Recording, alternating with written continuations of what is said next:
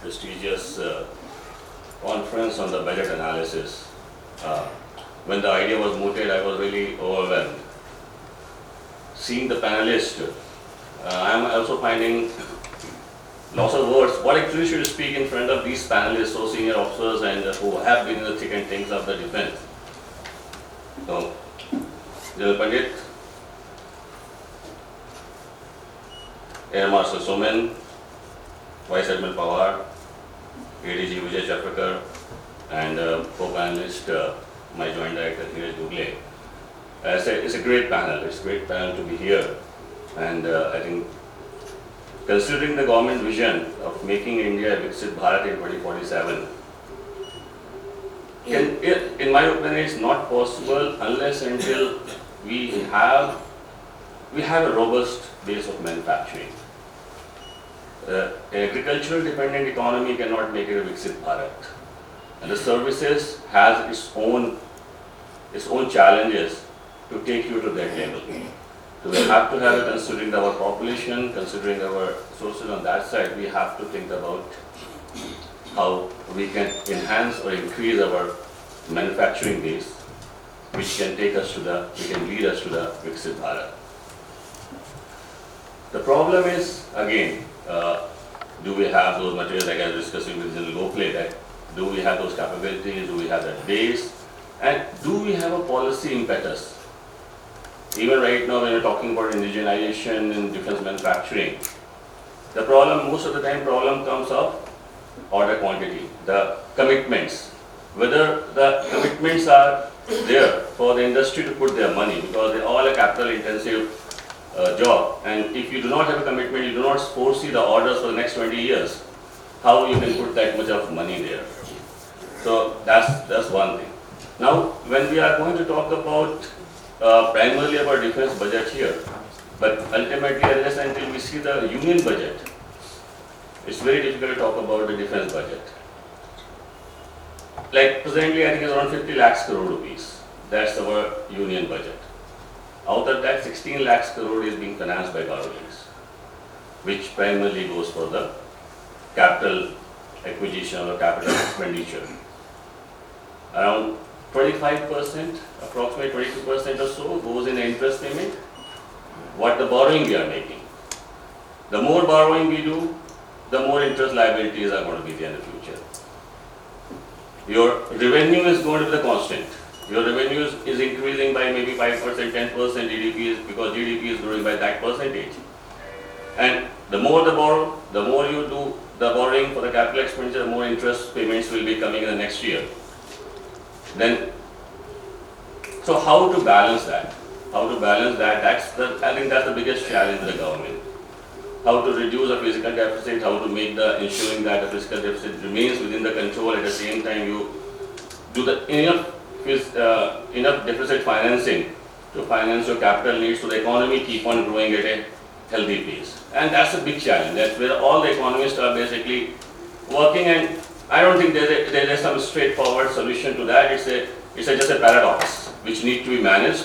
Sometimes some governments will focus more on the growth side, so it will increase the inflation. Some government will go for more fiscal discipline that to reduce inflation, that may impact the economic growth in that time. How you manage that paradox is going to be really difficult. As far as defense expenditure comes, approximately 2 to 2.5% of the GDP, approximately around 20% of 20% of your defense budget.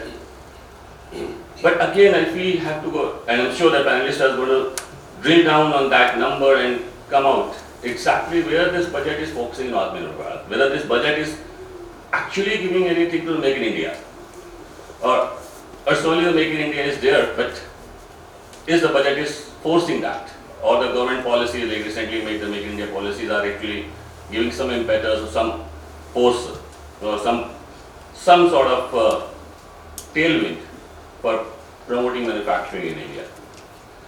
Now, in the defense budget, if we see that around of this budget, a sizable chunk goes to the revenue expenditure, and that to the salary and pension, approximately 3 lakhs, more than 3 lakhs crores, which goes in the salaries and pensions, and which is overgrowing because the pension budget certainly is is growing, the salary budget is also growing. So now, as General Secretary mentioned, the guns and butter debate, when your pie is there, when your pizza is the same, how to cut the slice? Because slice, how much you can increase the slice? Because unless until you grow the pizza more, and then only that the size is going to increase. Otherwise, if you try to make one size more, the other slice is going to reduce, and then the competing requirements will automatically, you can say that it's not very possible. Means equilibrium will take its own course. So, like as Gugale mentioned about pension, the pension basically, like pension funds are there now, like all the civilian employees, or they have come into the NPS scheme or OPS scheme. In NPS, the funds were going into the PFRDA, the fund is being managed by the mutual fund. They were getting the market linked return, which was again like debated, and now the OPS, which one has UPS now has the unified pension scheme has come, which is more or less like a old pension scheme, like OPS, where the pension amount is fixed, because people are not we are not sure that they don't want to live in uncertainty that after retirement they are not going to get a defined sum, because the market can give you more, market can give you less. You don't know what market is going to give. The person who has invested on a year back, he sees the market is going to give very less amount to you. It has eroded your wealth. And the people who have invested on 4 years back, they say the market has given a huge amount of return. So you don't know what market is going to give. So people wanted a specified sum. That's why the government has come with the UPS. But this pension budget is ever growing. 1.5 lakhs crore rupees or so for the defense forces right now, out of 6 lakhs crores of total budget or so. Similar to the salaries. So where the little room is left for the modernization, the capital acquisitions, the maintenance of the existing assets. So as I earlier mentioned, this is a paradox, and I think that we cannot have a better panel than this to enlighten us during their discussions how where exactly the room is, what could have been done better by the government, maybe for the next year budget if we cannot do in this year, or maybe the RE, which can meet both the objective, satisfaction of the human resources of the defense forces, as well as the requirement of modernization, which defense also badly need, considering the strategic scenario, security scenario around us. So thank you very much for giving me this opportunity to host you all, and we'll be delighted to be associated with the CAS more and more, because that will be a learning opportunity for all of us. And I welcome all the dignitaries over here. I'm seeing the faces, I'm seeing the people over here, and I think it's going to be enriching exercise for all of you. Take benefit of this, ask questions. It's very difficult to get such a distinguished panel. So I welcome you once again, and my best wishes to the conference, and I wish all the success to the conference. Thank you very much.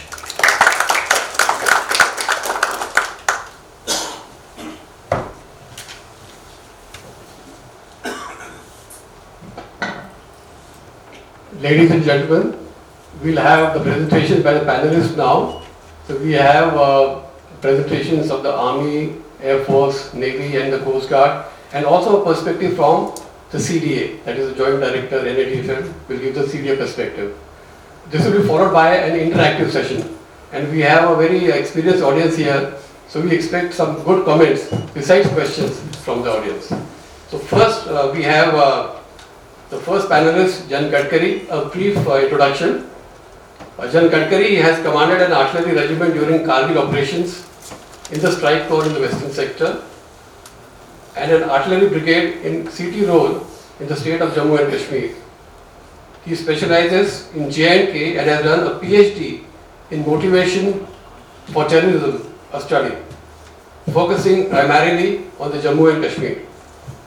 He has a keen interest in security matters and has written in a number of defense journals on allied subjects. He was Commandant of the College of Defense Management and also was the Deputy Commandant of the Army War College. He has authored several books. Two out of them, one is a research book on growing Sino-Nepal relations and policy implications on India. This was done as a project for Center for Advanced Strategic Studies. And a second book, that is a fiction, a very nice book, which I would recommend all of you to read, Oscar Tango, which is On Target. This is a fiction book about J&K. So may I request Jan Gadkari to give his presentation.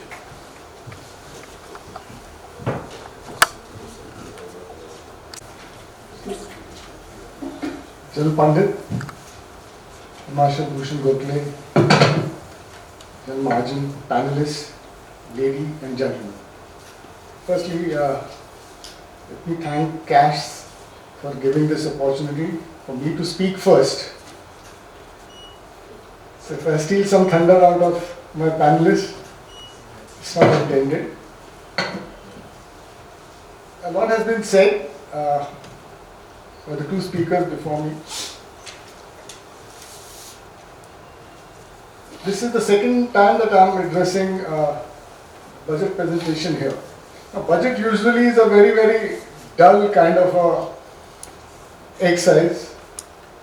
So it is said, those who don't understand difference between physical and fiscal stand on the stage and give lectures.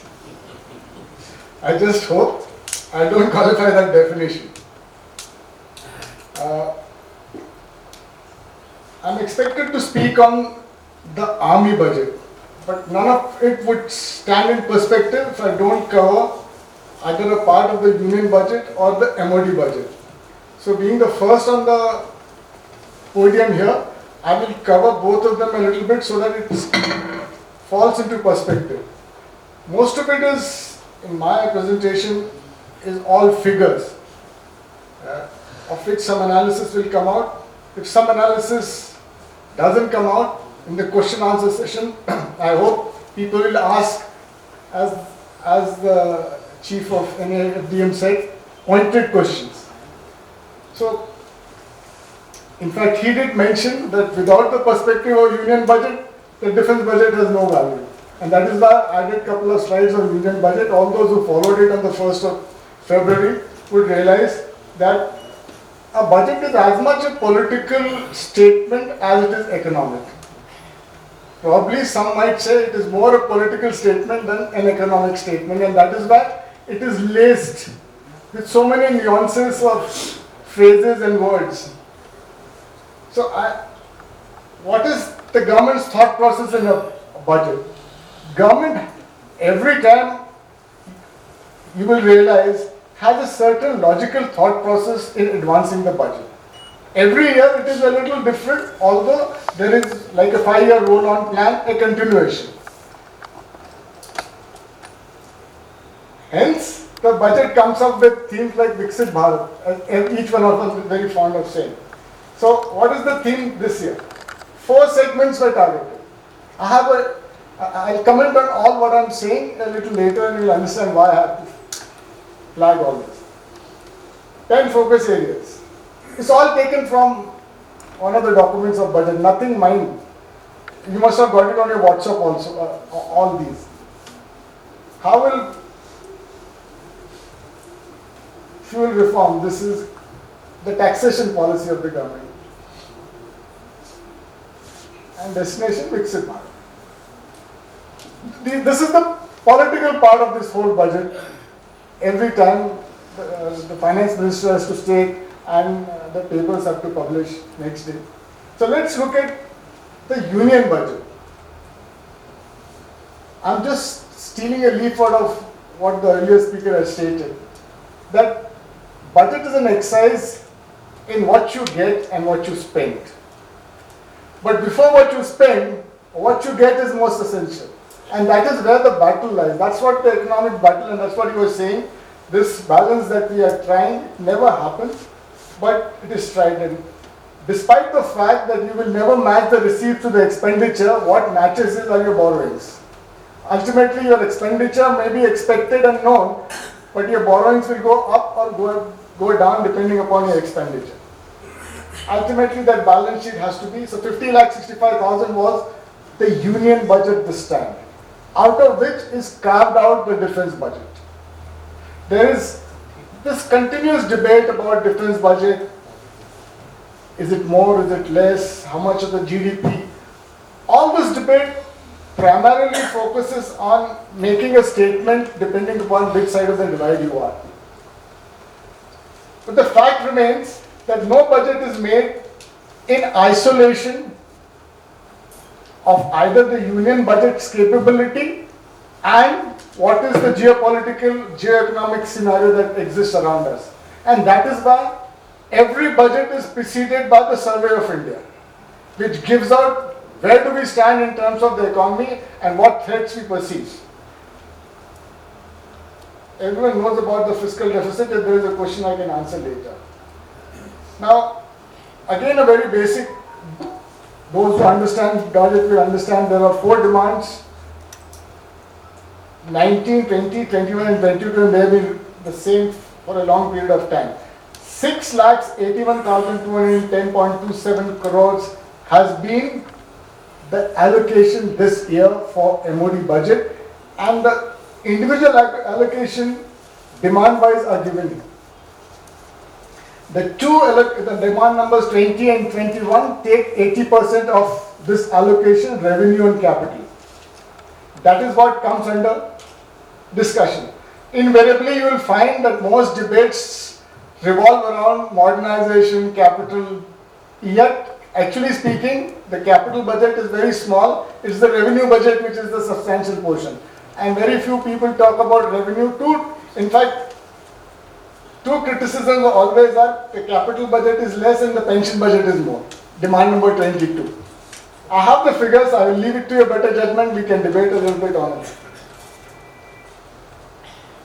Just to put things in perspective as to how we stand, this is the CIPRI information for 2023, where do we stand? Of course, coming to this year, this is 2023, 2025, 26, our expenditure is 1.9% of the GDP.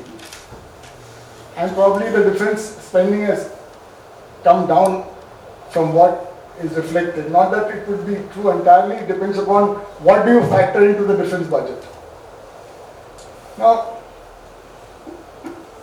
having seen the demands, having seen the earlier part, a few comments that I want to make is in the entire speech the FM did not mention defense even as a word. It did not factor, it did not come into, that only tells you as to where defense is in priority as far as the government's political agenda is concerned. It doesn't catch votes because it's an expenditure and not a receipt. So no government likes to portray that we are spending more or expending more, and that is why you find all the information flows to you a day later, not in the budget speech, not in the papers, because they hardly have any information.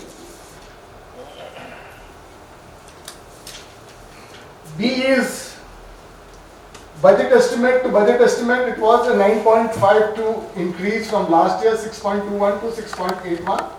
In real terms, as I look at it, it is actually 4.12%. I'm just factored the inflation cost, of which most of it actually goes into revenue and pensions, the 2 things that I mentioned.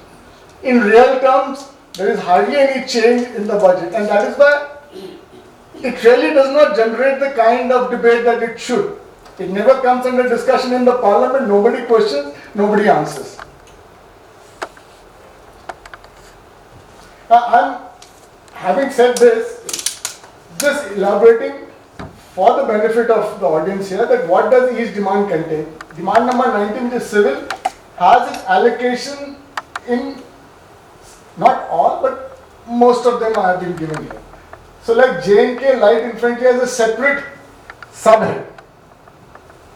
Coast Guard has a separate subhead, Border Roads a separate subhead. Demand number 20 is revenue. This is what is got, like I said, capital and revenue has the maximum allocation, almost 80%. This is revenue. Now I have given the broad allotment here, I'm sure the Navy Air Force will build on that. This is 3.11 lakh out of the 6.81. So analysis of the revenue budget from the Army's perspective, I'm trying to leave some points for the Navy and the Air Force. B on B, the difference is about 10%, 10.2%. For Army, the difference is about 7.7. Air Force, Navy, exact, I'm sure the three speakers after me will give it up. What I've tried to do here is try and get from the revenue budget as much analysis as I could draw from the demand. There could be more, but this is what I thought. Now there has been a lot of debate about pay and allowances of the armed forces vis-a-vis the civilians. Frankly speaking, the civilian content is very less. So even if it goes up in real terms, it's not very much. But surprisingly this time, I see a reduction in the pay and allowances of the service personnel for the Army. The same is actually true for the Air Force. Maybe it was not true. So if anyone makes a contention that the pay allowances are increasing, that is not a fact. Pensions are increasing, but pay allowances are not. Pay allowances of the serving army personnel.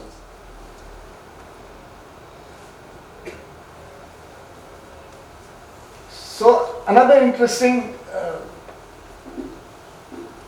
fact to note is, ever since the Agnipath scheme has come, the Agnipath scheme has been getting some kind of momentum from the government side. Impetus.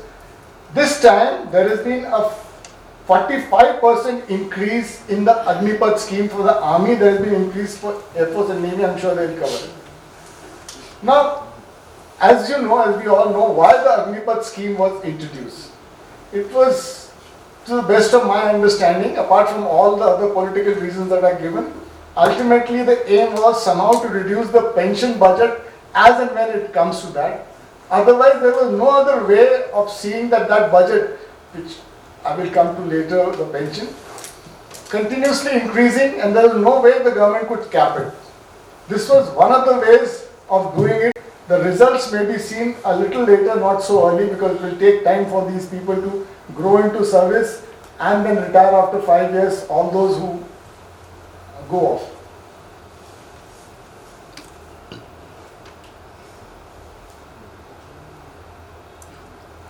ECHS has been clubbed with the revenue budget of the Army. I think common to all, there has been an increase. Hopefully some good will come out of it. I've just covered the DRDO because it is not there in any other three.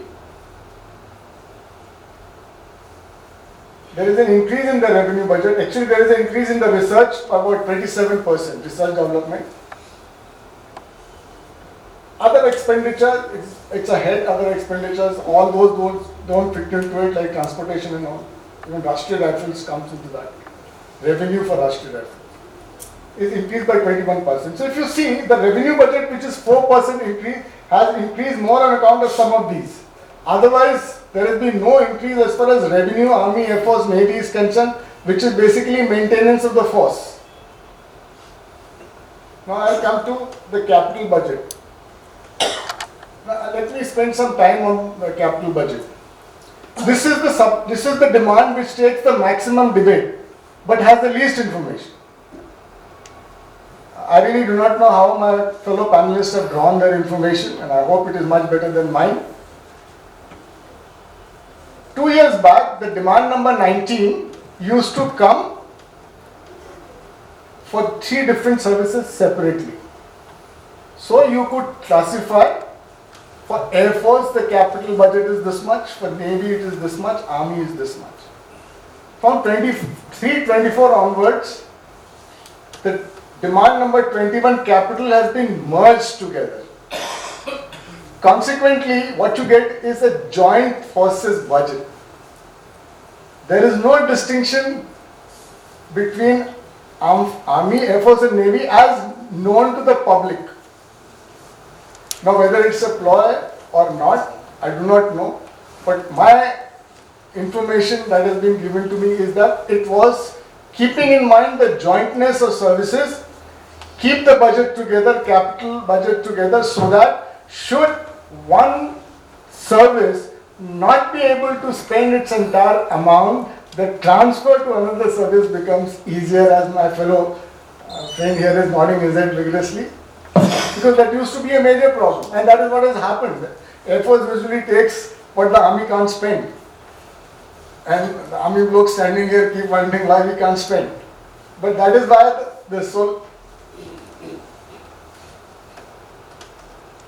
B on B is 8,000.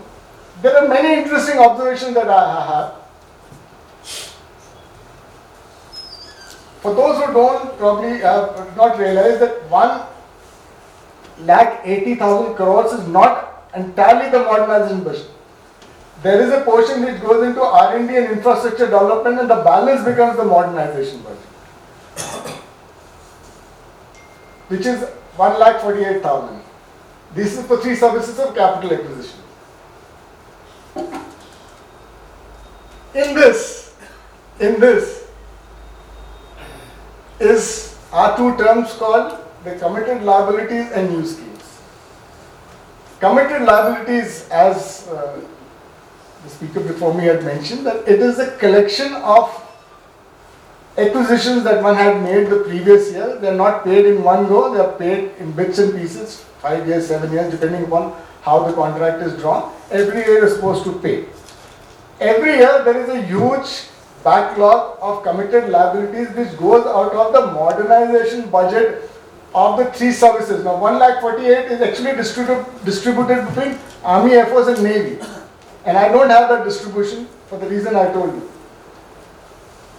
And the balance is supposed to go to new schemes, out of which you can do new acquisitions. But therein lies the lacuna, and I have not been able to answer it. Hopefully my next slide. Okay, I've already mentioned that. Well, is addressed in the last column. Is something called as the committed liability.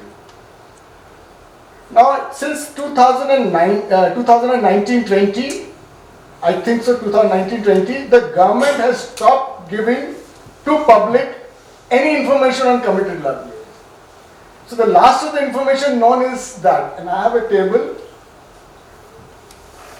which is sources the third report of the capital outlay. This is an authentic source. Now if you look at this, you will find that the modernization budget is lesser than the committed liabilities.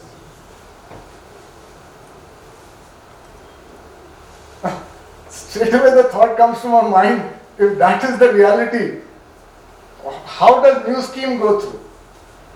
Maybe somebody asked me in the question answer session, I will give my point of view. So that 185 is an extrapolated amount based on the average growth of the committed liabilities, what it could be.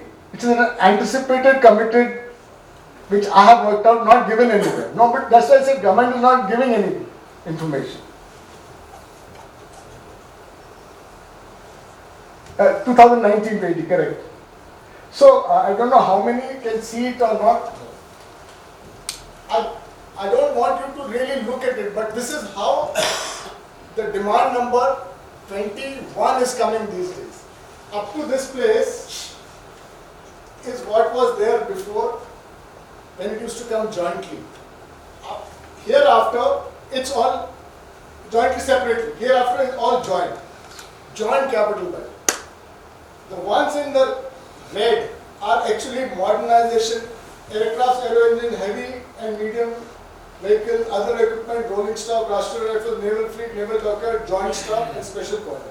They are heads which count towards modernization. The others don't.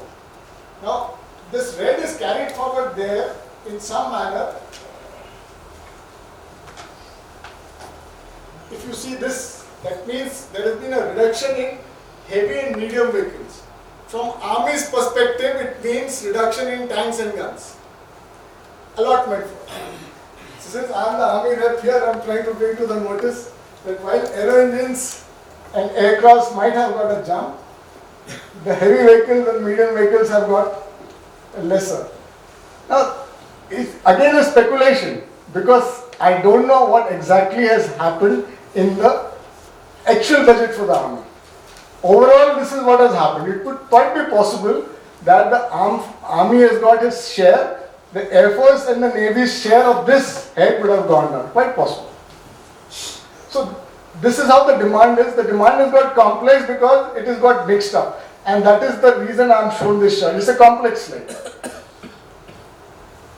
Demand number 22 is the pension. So there is a rise of 13.9%. Army's rise is about 11%. Obviously, the pension budget will keep rising whether you like it or not, and it will go coming out of MOD budget. Whether you can stop it, you can't stop it, I don't think there is an argument that you can make. Maybe Agnivir, Agnipath scheme and Agniveers are the only answer to it. Whatever is strength is there, will keep adding on as new people retire. So there is nothing much to analyze in the pension budget except how much it is rising. Maybe cumulatively you could take a call whether it is rising at a faster rate or a lower rate. With that, I've tried to rush through the entire presentation of mine. It's all figures. Actually, I have tried to keep as much low key so that I don't steal the thunder. Should there be some issues that are left and not covered, maybe when I can come back in the question answer session, I will cover it. Thank you.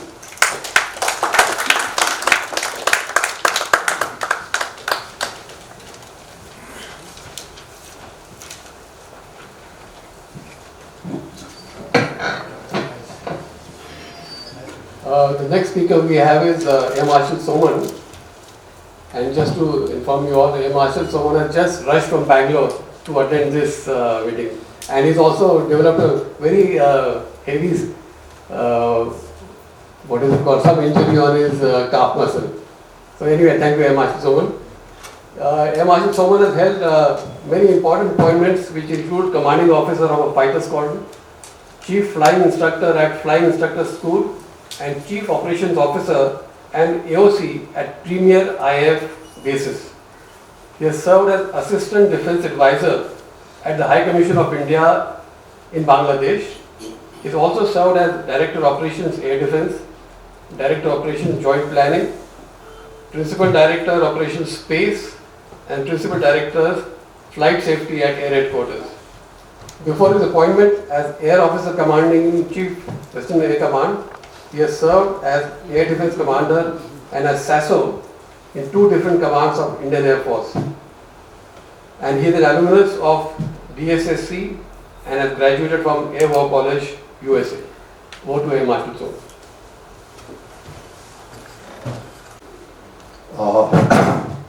Good afternoon, ladies and gentlemen. It's a great pleasure for me to be here to be part of the panel discussion. And I would like to thank CAS and NADFM for having invited me. Now, I've kept my talk a little structured on the topic that was given. If you actually see, there are 2 subtopics. One is the defense budget, and the second is Atmanirbhar Bharat initiative. Now, both these are actually complementary, and if you really see, they are 2 sides of the same coin. So while the defense budget enables the armed forces to build their military capability through fiscal support. Atmanirbhar,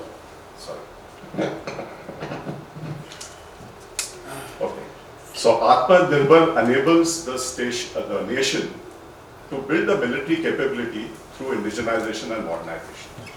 Now this year's budget was going to, had really invoked a lot of interest because of 2 very impactful developments that have taken place in our neighborhood. And so everyone was watching it with a lot of interest. The first is at the military level, where the rapid modernization and the technological advancements that have been achieved by the Chinese armed forces has really created a very significant adverse kind of a power differential between the 2 forces. And this is particularly glaring when it comes to the Indian Air Force. And the second is at the geopolitical level. The change of guard in Bangladesh, where more and more extremists and radicals seem to be coming into the fray of governance, has created a kind of a strategic alignment, with China and with Pakistan. And it's kind of created a axis of hostility to the north, comprising of these three countries. So far we've been speaking of a 2.5 front war. Who knows, in years to come, perhaps we might be talking in terms of a 3.5 front threat. So coming to actually when it came to the budget, we expected to see a lot of changes. And so before I get into the analysis of the budget, let me just give you a quick overview of the budget. I know this slide is quite long. This slide is quite dense. So there are a few acronyms. I'm sure everyone is aware. Let me just go through it. The gross domestic product is the monetary value of all the whatever the country produces, goods and services for a particular period of time, and it's an indication of your economic performance. The capital government expenditure is everything what the government spends on various sectors, departments like defense, it can be infrastructure, it can be agriculture, etc. And so as far as the GDP is concerned, it is 356 lakh crores, and it's calculated at the rate of 6.4%, which is the projection at which we are supposed to be growing. And of course, CG has already been mentioned, it is 50.6 million. Someone had made a mention in terms of how you can increase the pie. You know, actually, if you take the ratio of the CGE to the GDP, in the case of India, it's just about 12%. Okay, and in the case of other countries, it's almost about 20-25%. So this is what we need to see as to how we can increase it. And of course, it will depend upon the economic system that is there, your tax base, etc. But this is one place where we can really work.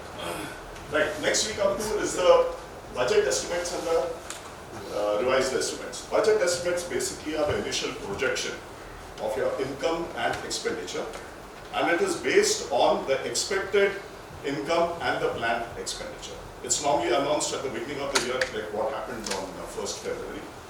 And as far as RE is concerned, revised estimates is the updated figures of the income and budget. And it's normally sort of announced at the middle of the fiscal year. And it is more of a realistic assessment, you know, in terms of what are your revenue collections and the expenditure that you undertake. And so it is an actual reflection of the financial trends for the year. Now, so other things to note here is firstly the defense. I'm only going to talk about the defense budget, which is 498. And if you see its increase over the RE for the previous year, it's 9.85. Similarly, if you come here at 25 to 26, the defense budget, it's about 9.5% of the CGE. And actually it is about 1.9%. But if you minus the pensions, then it actually comes to 1.40, which is unsustainably low. Next slide, I tried to show you what are the service allocations, and I think General Gadkari was absolutely right. Army, Navy, Air Force, they don't really differentiate, you know, in fact. And thanks to General Marshal, he had given us some literature close to about 400 pages, but it has no mention about it. And so, demand 21, but you will notice that I mentioned a figure that comes out of my intelligence. So, so as far as the Air Force is concerned, the service allocation is 1,19,812 crores, which amounts to 24% of the full budget. And if you see how much of a rise has taken place over the RE of 24-25, it's 20.24%. So generally, we've had an increase of 20,169 over the RE of last year. Next, I come to capital. The Air Force capital budget is 64,812. As a percentage of the full capital defense budget, it comes to 36.01. And if you take the increase over the previous year's RE, then it comes to a change of almost about 35.69. But these figures will keep varying. You know, it all depends upon what are the new schemes that you're getting into. And generally, the capital budget will comprise of three things. One is the new schemes that you're going to get into. One is the committed liabilities. And the committed liabilities can be as much as 50% of your capital budget. And the third one is going to be your capital work services. Okay, and the last slide is revenue. So as far as the Air Force is concerned, our revenue budget is 55,000. As a percentage of the full revenue defense budget, it comes to 17.25. And as a percentage change over the previous RE, it comes to 6.0.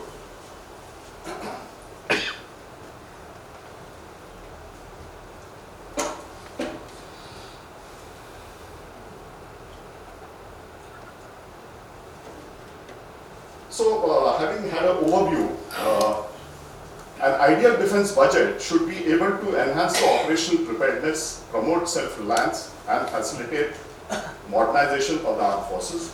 The present budget does have some upsides, but it also has certain downsides. So first, we take a look at the upsides.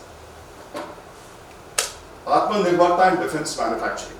Now, there has been a push for domestic procurement of arms and equipment with the aim to reduce imports. Also, measures are being taken to increase the exports. Now, both contribute towards economic growth.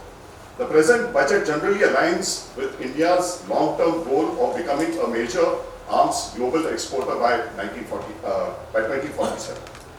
Preparedness for modern warfare. To improve the overall combat capabilities, there is a higher budgetary allocation for modernizing jets, naval vessels, and missile and gun systems to counter regional security challenges. Also, allocations have been earmarked for cyber warfare, artificial intelligence, and of course, AI-driven defense systems. Towards strengthening border security and infrastructure, there's been an allocation of 7,246 crores, which will improve the troop access and mobility to forward locations and enhance our preparedness. The Indian Coast Guard, I'm sure you will cover it, has also been allocated 9,676 crores to improve maritime security and disaster response.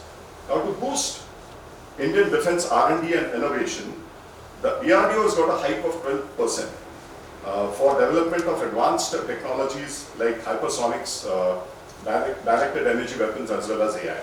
There is enhanced funding to promote private sector collaboration and innovation in technology through schemes such as Technology Development Fund, IDEX, as well as Addl.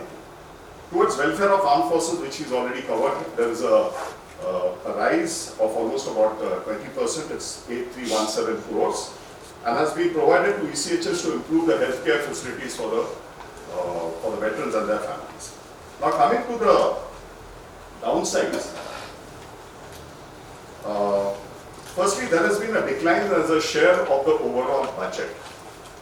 And this decline is from 16% of the overall budget, which was seen in 2013, to 13% in 2025. Now, this decline has been the lowest since 60s, and the decline certainly signals a shift in government spending priorities and raises concern of our ability to counter external threats. BB is fairly low as a percentage of the GDP. It's just about 1.9%.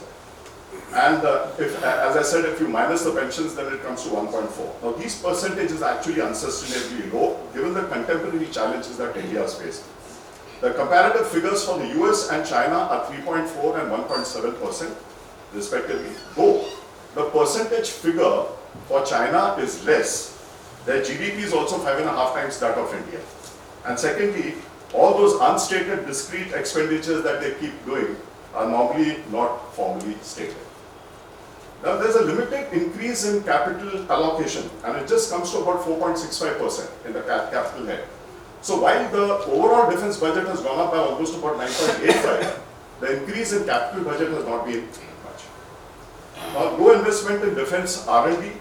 The investment in defense R&D is less than 1%. And this would limit development of our critical technologies like hypersonic weapons, AI, quantum computing. And the comparative percentage for R&D with the US, they invest close to about 13% of their budget.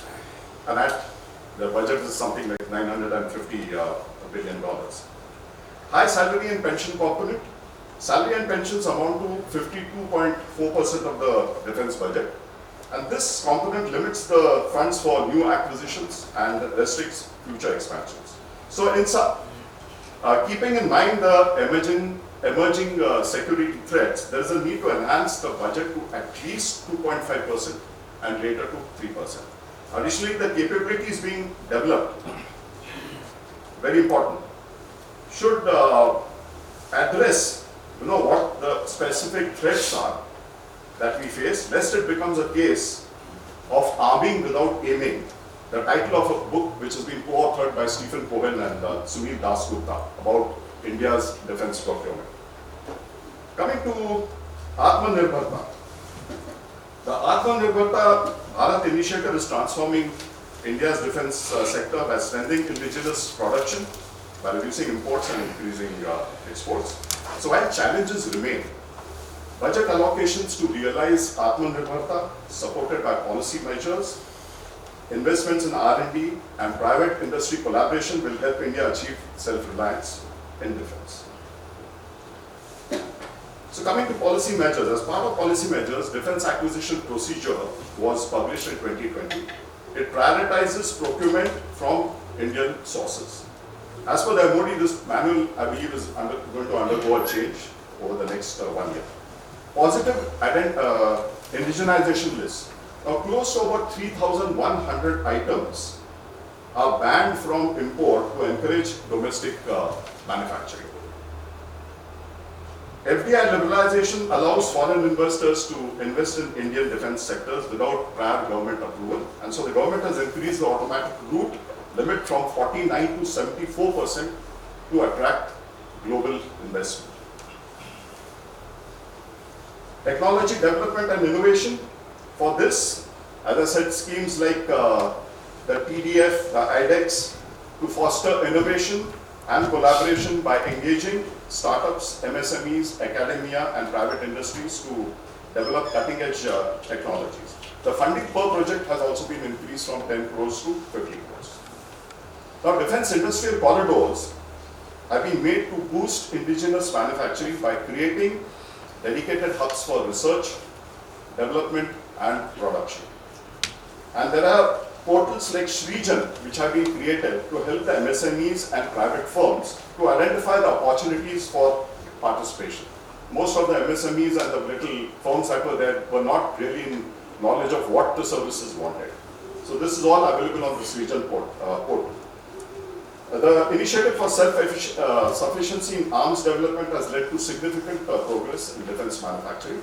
And this was possible because 80% of the capital procurement was awarded to Indian industry over a period of almost 3 years. I mean, that's the average between 2020 to 2023. And the indigenous share in defense procurement in the present budget is also about 82.7%. Now, India's defense exports have also certainly surged, right from just 1,521 in 2016. They have now surged last year to 21,000 crores. And this year's target has been given as 35,000 crores. Also, we've been promoting MSMEs and private sector participants. There are more than 12,000 MSMEs who are engaged in defense production today. Defense India Startup Challenge. This encourages startups, MSMEs and innovators to develop cutting-edge technologies. It identifies specific military challenges, funds promising solutions, and fosters indigenous defense innovation. Towards building a national defense ecosystem, DRDO has opened up its test laboratories to private industries and firms to develop technology.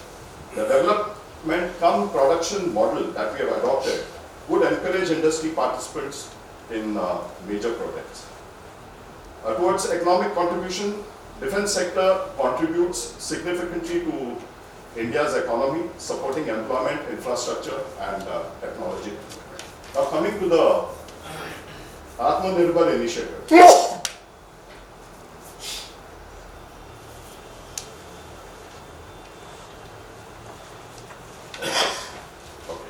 So Atmanirbhar in defense has two major components.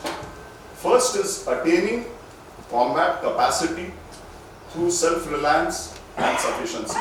And the second is achieving the technological capability through modernization. I think probably one slide is not here, so I'll just go through it. So broadly speaking, while self-reliance builds the combat capacity for war waging and endurance, the technological edge provides the capability to prevail in an engagement with the adversary. So, to exercise deterrence, besides war endurance, it is also essential to have the technological edge. Now, among the three services, the Air Force is the most technologically intensive. So, unless a nation has a very strong technological base, there would be no alternative for a nation other than to acquire the technological edge from abroad. Hence, for a developing country, Atmanirbharta would need to be both an indigenous as well as a collaborative effort with a foreign OEM for critical items. And this actually explains the need for us to have a collaborative effort for manufacturing of aero engines which are required for the AMCA aircraft, which is the 5th generation. Now, before considering the impact of Atmanirbharta on the Air Force, one needs to keep in mind two very critical shortfalls that we have, namely depletion in force levels and an increasing adverse technological gap. Unfortunately, under extreme conditions, the Atmanirbhar initiative does not address either of the issues, as our production rates are abysmally low and the capability for technological edge is inadequate. Now, both can be achieved cannot be achieved through indigenous means and would require an external catalyst. Hence, just riding on Atmanirbharta would not address the issue and would require a collaborative approach. A case in point is the procurement of LCA, which could be seen as an indigenous effort. Now, unfortunately, we still do not develop some very critical items indigenously, nor are we in a position to produce these aircraft in large numbers. Okay, so quickly going over this to explain, the LCA was conceived in 1983 as a replacement for the MiG-21 fleet. A total of 200 aircraft were to have been acquired. The first LCA flew in 2001. Consequent to the cancellation of the MMRCA proposal, which we had put up for 126 aircraft in this particular proposal was cancelled in 2014. So the LCA numbers were correspondingly increased to make up for that shortfall of 126 aircraft. Now the planned induction was altered several times. So as of now, there are orders for batches of different variants of LCAs. LCA Mark 1 IOC, LCA Mark 1 FOC, LCA Mark 1A, LCA Mark 2, and it just carries on. So the Mark 2 numbering 120 are to be inducted from 2029 onwards as a replacement for the Mirage 2000 and the Jaguar fleets. The Air Force had envisaged acquiring a total of 324 LCA for reconfiguring 18 squadrons. As of now, the Air Force has only received 38 aircraft. So that is the current state. Production. At present, there are 2 assembly lines at HAL, Bengaluru, that should be able to produce 8 aircraft per line. HAL has planned to set up another assembly line in Nasik, which should be able to produce another 8. So they would be able to produce about 24 and subsequently stepping it up to 30. The requirement of 180 Mark 1As is to be produced by 2028. Now this is a very, very ambitious plan and may not materialize, keeping in mind our experience with HAL. So there are slippages. Since the commencement of production in 2015, in the last 10 years, now this is something what everyone needs to note, and this probably is the kind of worry and angst that the Air Chief has. Since 2015, in the last 10 years, only 38 aircraft have been delivered. That works out to 4 aircraft per year. In contrast, the PLAF, which is the Chinese Air Force, is producing 100 5th generation J-20 aircraft. And so, PLAF is expected to have close to about 1,000 5th generation aircraft by 2030. Now, there are many reasons. These could be attributed to HAL as the production agency and of course the GE for non-availability of F404 engines. We had contracted for 99 404 engines in 29, and the deliveries were to have started in 23, but none of these still have materialized. Now, hopefully, with the PM's ongoing visit, besides the tariffs, what he likes to discuss, hope these issues also get addressed. One more important thing, additionally at the national level, why the Air Force has come into this state.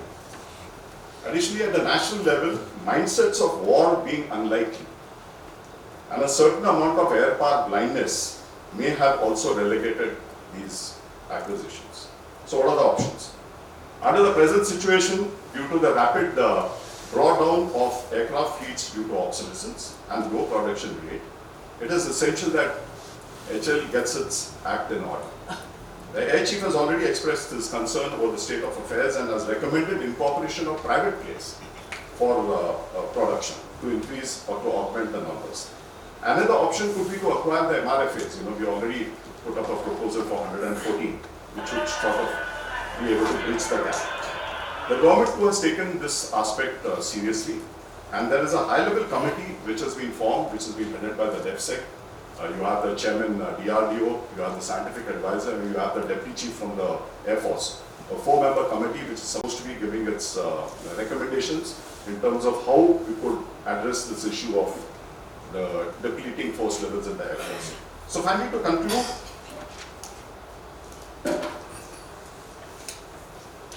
Defence Budget 2025 is neither enthusing nor is it lackluster. It is more or less a traditional budget that has ticked all boxes.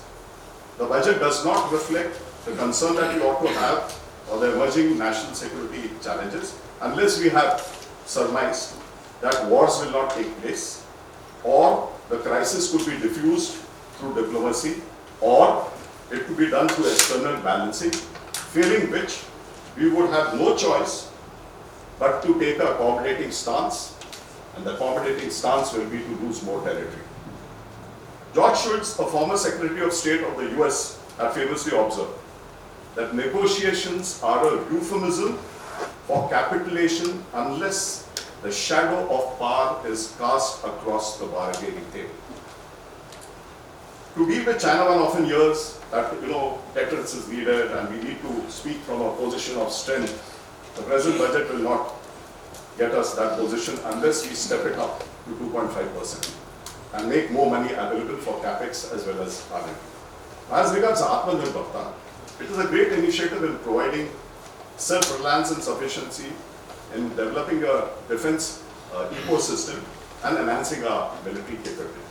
The initiative will reduce imports, enhance exports, create jobs which will help our economy.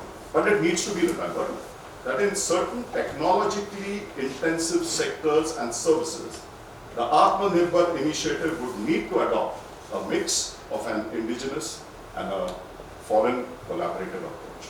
Thank you.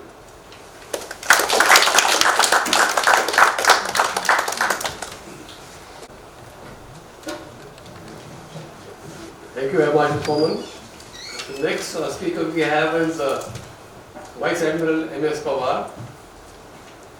In his 4 decades of service in the Navy, he has a distinction of over 26 years in the challenging sea-going minutes, which is a record for the longest sea service in the Indian Navy. I think even it is a record in the Indian Army, I would say. His 4 sea commands include Indian naval ships, Nashik as the commissioning commanding officer, Kuthar, Talwar, and the Mauritius National Coast Guard ship Vigilant. He was also the Commandant of the Mauritius National Coast Guard during 2003. He was privileged to serve as a flag officer in all the 3 naval commands and the naval headquarters.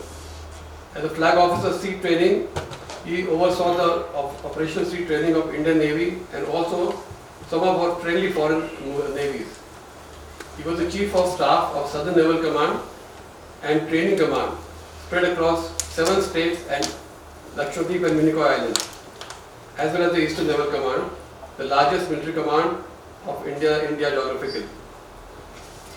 He was the Deputy Chief of Deputy Chief of Naval Staff for 28 months, and during this, the Indian Navy was on high alert against the western and northern adversaries post Balakot and Karwan crisis.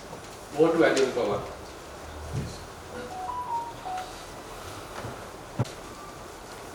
Pandit, Marshal, my fellow panelists, senior veterans and shipmates. It's a privilege for me, lady, one of them. Privilege for me to be here today.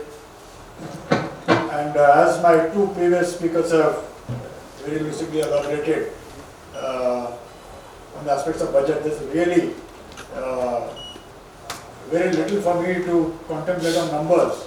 They have literally stolen the thunder of what we wanted to say, be it the defense industrial corridors and the various aspects of Atmanirbhar Bharat.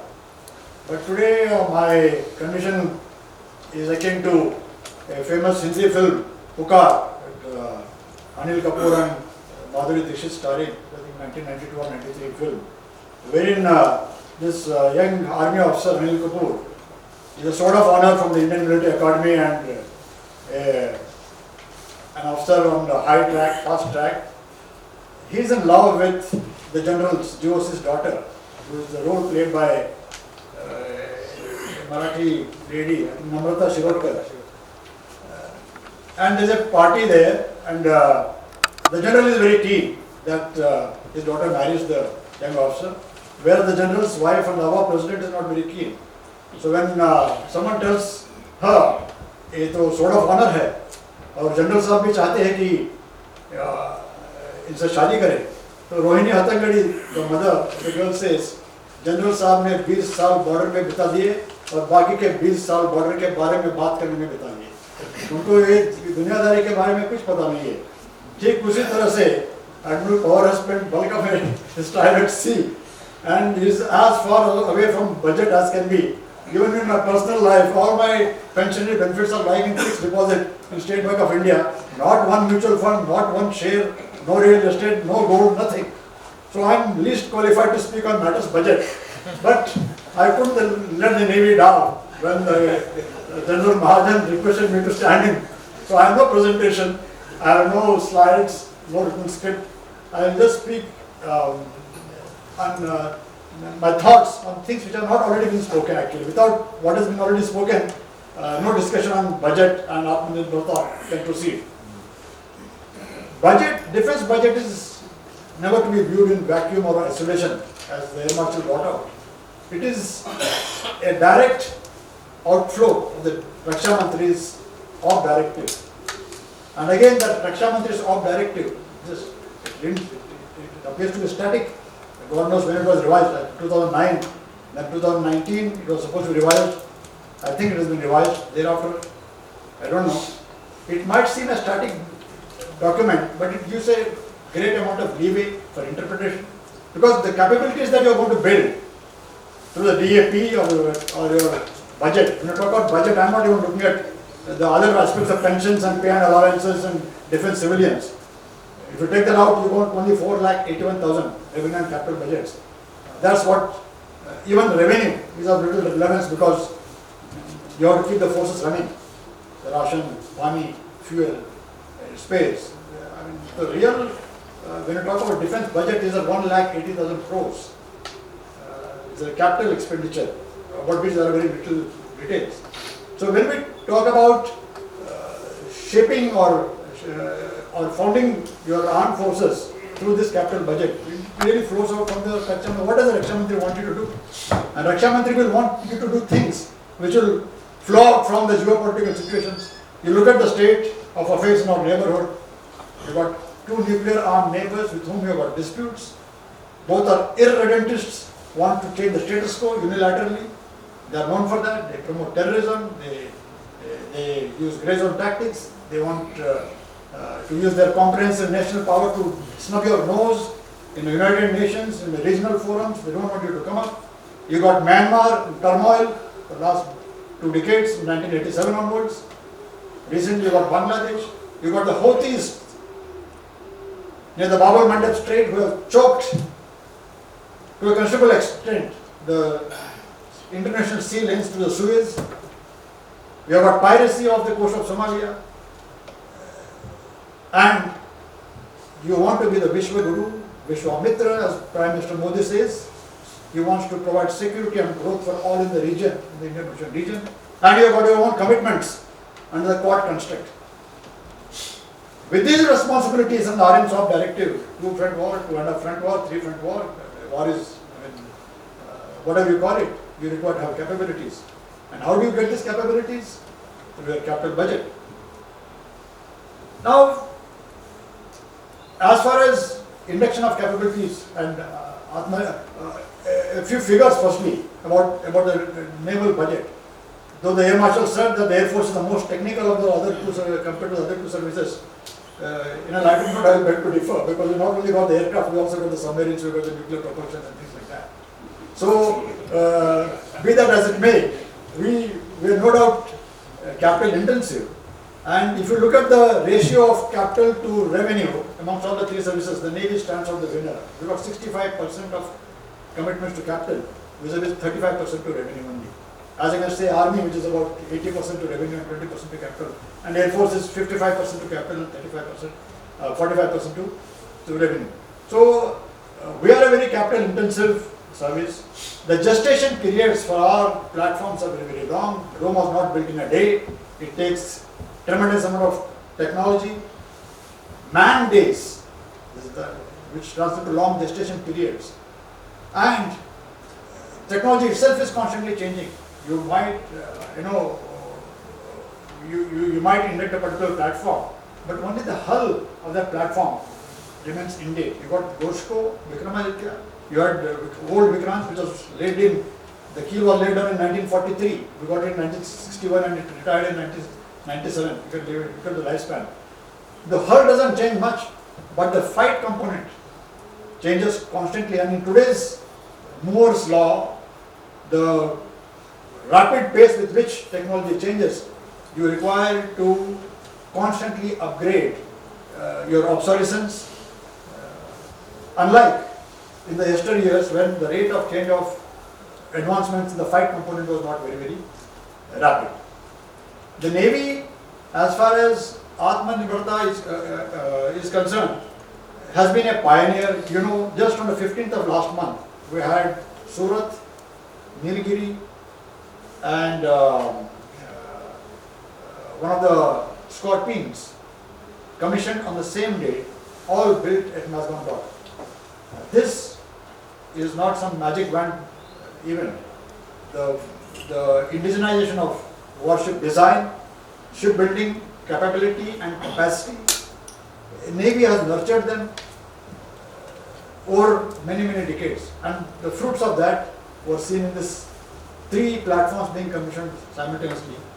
We are also very proud to say that the indigenous strategic submarine building program has really taken off. We have the Arihant, one more has been commissioned, one more will follow soon, and the follow-on boats are very well in the pipeline.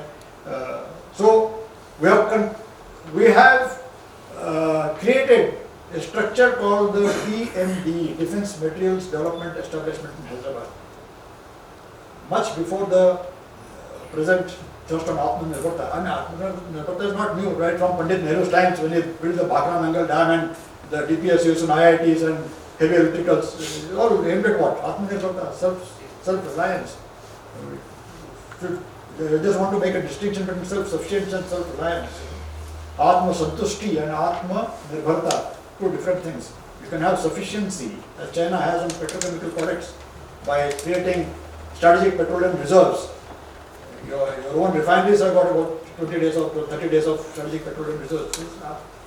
So sufficiency is there to manufacture. Self-reliance is to have all the processes which are, and all the ingredients which are required, so that you are not at the beck and call of the whims and fancies, or being bullied by someone sitting 7 seas away to steal away your strategic autonomy. Atmanirbharta itself is a mirage, I would say, because even if you look at the various categories of induction within your DAP process, there's hardly more than 50% of indigenous content, except for one where it is 60% indigenous content, the second category, by Make Indian. Otherwise, even the government doesn't expect you to have more than 50% indigenous content. It's not possible. Look at the case of the pharma industry. We got this kick on the backside of the COVID-19 pandemic. We realized to our horror that despite being the third largest manufacturer of pharmaceuticals, the active pharma ingredients, 90% of them were dependent on China.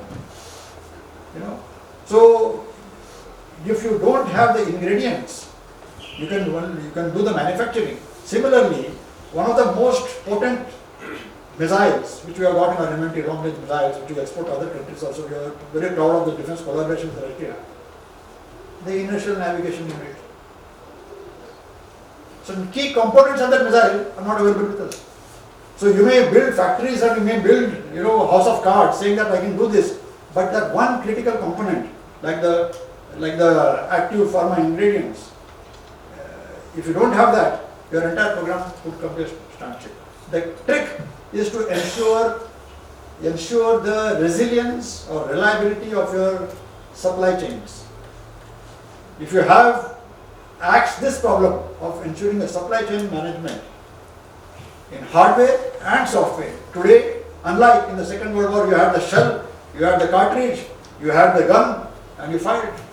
Be it, electric firing or mechanical firing, and move on. You have the mechanical engine. There are no aspect of software.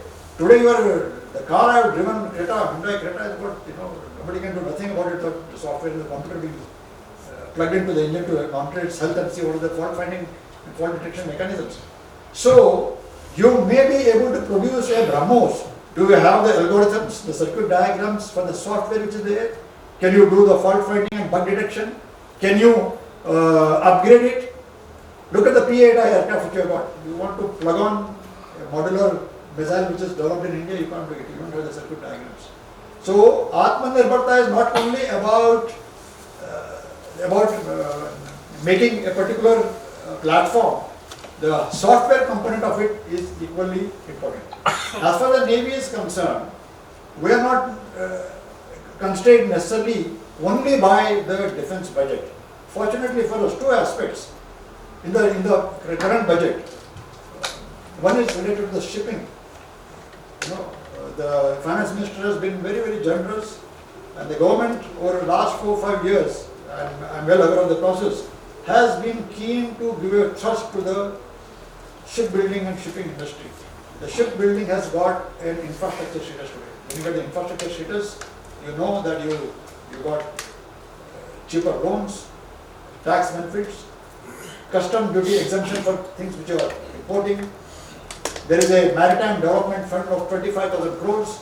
I am talking to you not about Minister of Defence now, Minister of Shipping, because it has relevance because there are spin-off benefits. Nothing happens in isolation, much like the Maruti Udyog heralded a revolution in automobile industry by promoting ancillary units, testing, manufacturing, MSMEs. Similarly, for the Navy to progress in terms of hardware and software, shipbuilding is a very critical aspect which has found great focus in this budget. You look at the major navies of the world, the People's Liberation Army Navy, China, I call it the CCP navies, hardly got anything to do with the People's Liberation, it's the Communist Party's navy. You go look at Korea, you look at Japan. Their naval growth was predicated or based on heavy shipbuilding industry. Look at Hyundai. China has got 85% of world's shipbuilding orders today. Their industries are getting saturated. We got opportunity here to give them competition in terms of both cost as well as skills in India, provided we take up this sector very seriously, and this budget has taken up shipping and shipbuilding as a key infrastructure sector. I am sure that when you have welding processes, project management aspects, quality control aspects, a large amount of the spin-offs of the civilian shipbuilding industry will flow to the defense design processes. Collaborative efforts between various world-class shipyards, developing a whole lot of ecosystems. The DMDE, which pioneered clusters of equipment manufactured for the SSBN program, was doing it in isolation really. Imagine, unlocking the potential of a large number of MSMEs through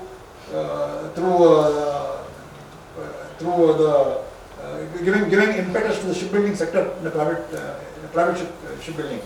The second aspect, which of course part of it is funded by the Ministry of Defence, is the SBS-3 program. The major difference between the Chinese, with whom we were to contend, and us is the space-based element. We got a constellation of satellites for every use, not only for electronic warfare and surveillance and detection and navigation, positioning, etc.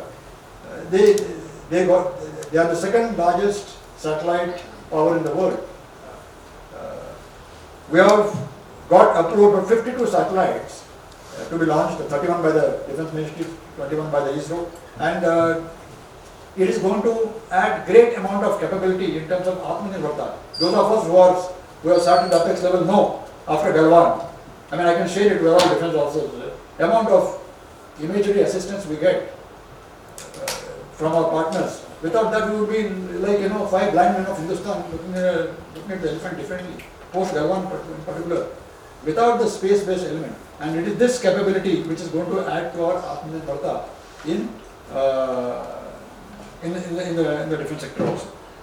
The recent, since the last revision of DAP in 2020, the DAP has gone incremental, iterative changes. The new version will be due in September for revision. But already a considerable amount of ground has been created to create a favourable environment for innovation and indigenization. The Navy itself has started NIIO, Naval Indigenization and Innovation. That's two different, subtle difference. Innovation is looking after, getting new patents, cutting edge technology which nobody else has got. Indigenization, of course, what you have got, you are only trying to reverse engineer or indigenize and put it there.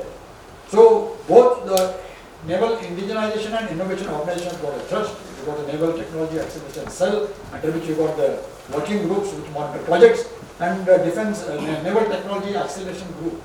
If you look at the Sprint initiative which was launched as a part of the DISC, Defence Innovation Startup Challenge in 2022, the DISC 7, challenge number 7 was renamed as Sprint, which is supporting pole vaulting in research and development through the NIIO and IDEX and T is the Technology Acceleration Cell. If you look at that initiative, for example, 92% of inductions of the IDEX scheme have come through Sprint, the naval initiative. So we are, and the rest 8% is for the Army, the Air Force and the DRDO, which is supposed to pioneer innovation. So it is a successful, it is a small step. It requires to be scaled up, already scaling up as you look at the Aero India. In fact, I would request the CAS and the other organizers, we should not have these events close to other events which are like, which are conflicting. I was myself supposed to be in Bangalore, but I didn't go there after your call. But the Marshal has come sprinting from there. If you look at the wingman concept, which is there, where the MiG-29 will have a naval collaborative combat unmanned aircraft. Or you look at the pseudo satellite, which is being built by that Skyroot,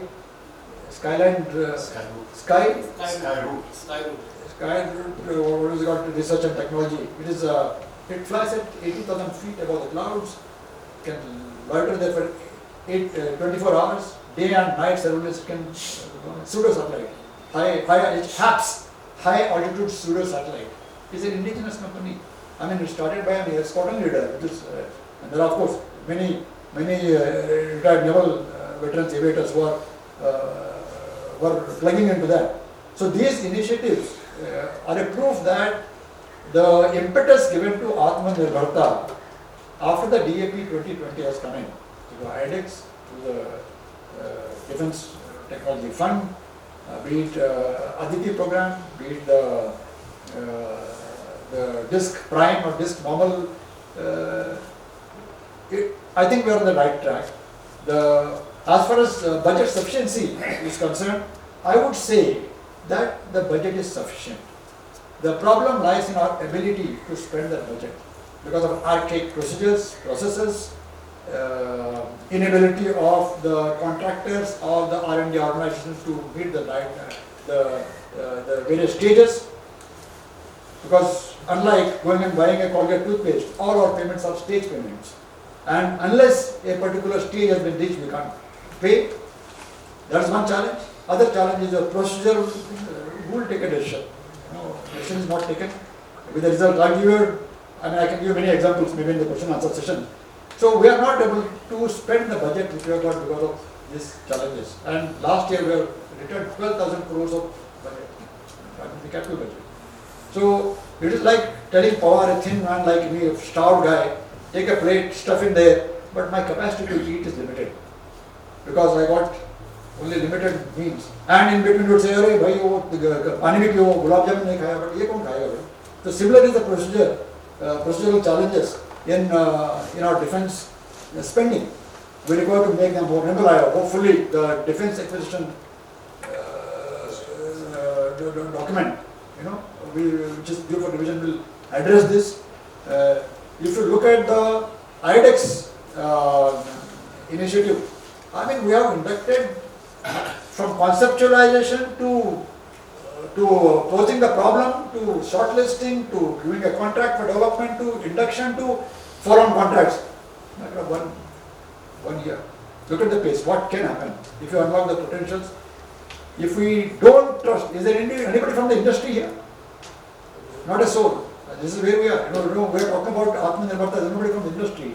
You look at it. If you take the industry, MSMEs and the big players also on your side, very often we have the adversarial relationship between the guy who is supposed to supply, who is supposed to do research, who is supposed to do innovation, and us. We can't be sitting on a ivory tower and demanding from the environment what we want. We require to be proactive. We require to be, hand-holding. That process is already on. If the Navy is more successful, it is because of we have no other option.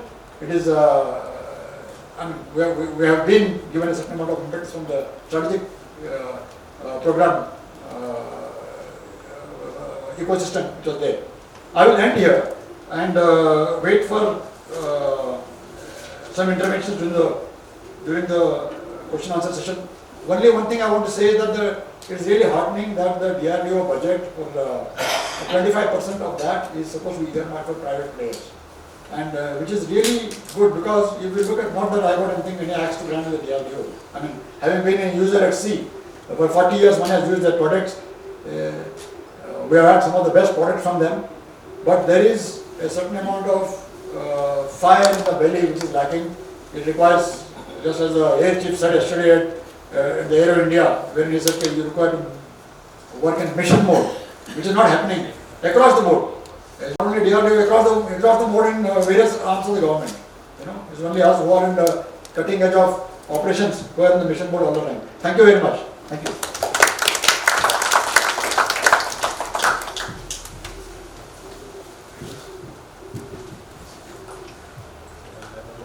The next speaker we have is Additional DG Vijay Chafekar. He is an experienced seafarer and a trained pilot. He has considerable flying experience operating Coast Guard Dorniers on the eastern and western seaboard of India. He is a distinguished graduate of Naval Staff College, Newport, USA. He also participated in Naval High Command course and the Advanced International Security and Cooperation Program at Asia Pacific Center for Security at Hawaii. He headed the Policy and Plans Division of the Coast Guard headquarters between 2014 to 18. He is a Government of India nominee to recap an intergovernment organization of 21 countries and has been selected as an executive director of this Singapore-based international organization, and he will be joining there very soon. Over to ADG Chafekar.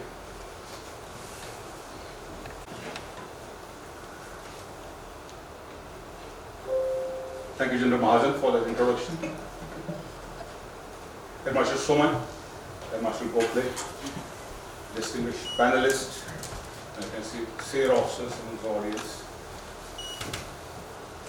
At the outset, I would like to thank CAS and NADFM for hosting this budget discussion, and particularly including Coast Guard, for which this is the first time that Coast Guard has been given an opportunity to talk about. We heard already that defense budget for 25-26 is 6.81 lakh crores. Out of that, 28,600 crore is defense civil, and about 9,676 is the Coast Guard budget. That 9,676 Coast Guard budget is about 1.45% of overall defense budget, and I'm thankful for that. While deciding the time allocated to each speaker, it is not pro rata based on the percentage of it. Otherwise, I would have got 1 or 2 minutes to speak about it. Well, before I talk about Coast Guard budget, or we discuss about it, necessity, adequacy, utilization, let us, because it will take only a couple of minutes, why there is Coast Guard, what it brings on the table, and there is something like close to 10,000 crore assigned to it from defense budget, and it is a significant amount. As General Gadkari mentioned, the capital budget that has gone up from last financial to this financial is 8,000 crores. So if there was no Coast Guard, it would have been 18,000 crores. So it is that way significant. Let's see why there is Coast Guard. So Coast Guard was concentrated in the backdrop of emerging ocean regime, or new ocean regime that emerged during the mid-70s. There was an international convention to create ocean governance architecture, and accordingly, Government of India, in anticipation of that convention coming into existence, enacted Maritime Zones of India Act in 1976, declaring our economic jurisdiction over a vast ocean space or maritime zones, which measures up to 2 million square kilometers, 20 lakhs square kilometers of ocean space. We declared overnight, we had a jurisdiction, not sovereign, but economic jurisdiction over such a vast ocean space. And how big is that? Our landmass, India's landmass is about 3.28 million square kilometers, so almost 60% of that is added. And now there is a need to exercise jurisdiction, because declaration is one thing. If we say it is, we have exclusive rights, then we have to exercise that jurisdiction. To do that, Coast Guard was constituted on 1st February 77 with a mandate to protect India's national interests in the maritime zones, that area, and ensure EEZ security. Now, question is, why create another organization to do that? We already had Indian Navy that time. But then if you look at the nature of job, what involved protecting our national interests in the maritime zones, it was about protecting resource protection in a very significant way. That we had a large number of foreign field boat poaching in our EEZ. Then there was 60s oil exploration activities started, so we had to defend or protect oil exploration activity, the offshore defense. And then resource protection, marine resource protection is also about marine environment protection, a huge amount of tanker traffic which passes through our vicinity of the EEZ. So that is a significant threat to our marine environment. Then, of course, huge maritime trade, safety of life and property, safety of shipping, and the safety of life is very significant in the sense search and rescue, not just in our EEZ, but much beyond that. Right? So all this thing which were given as the preamble said, protecting India's national interests in maritime zones, and duties and functions which cover all these activities. Besides, this is all safety, maritime security requirement, anti-smuggling, anti-piracy, and threat, not at sea but from sea, terrorism. Well, how to do this? Like, what to do and how to do it? First, what was, if we have to meet the objective of the statute as given, then there has to be deterrence to the forces inimical to our national interests. and also reassurance for legitimate users of the sea. This twofold activity must be ensured, and to do that, how to do that?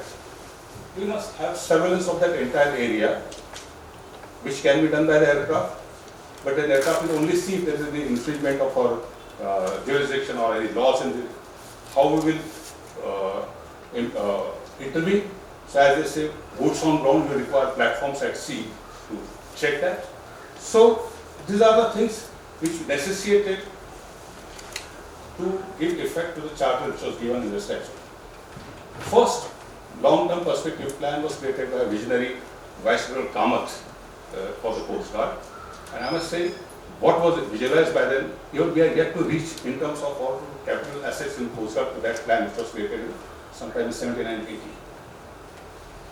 Well, as I said, so to give effect, so you require ships, so there are offshore patrol vessels, advanced patrol vessels, there are interceptor boats, then there are some special purpose vehicles, special purpose platforms like pollution control, which can vessels which can act as a command platform in case of major oil spill disaster at sea. Then access to the shallow water, surface area, parkway, Sundarbans, there are large tracts which are inaccessible from sea, so also from land. So there are these hovercrafts. Then the workforce for Coast Guard for surveyors, doorniers, set up helicopters, and ALH. Now, to support all this operational infrastructure, you have to have port facilities, berthing infrastructure, repair infrastructure, airfield facilities, hangars. So all that capital expenditure for civil expenditure. Plus postal security, post 26/7, there will thrust on that. So there is chain of static sensors for close shore security, radars, which are being installed all along the coastline. So that's the background why money is needed. And we look at this year's budget. There is 4676 revenue, 5000 capital, and total 9676 total Coast Guard budget. Now this does not disclose anything unless we look at relative terms.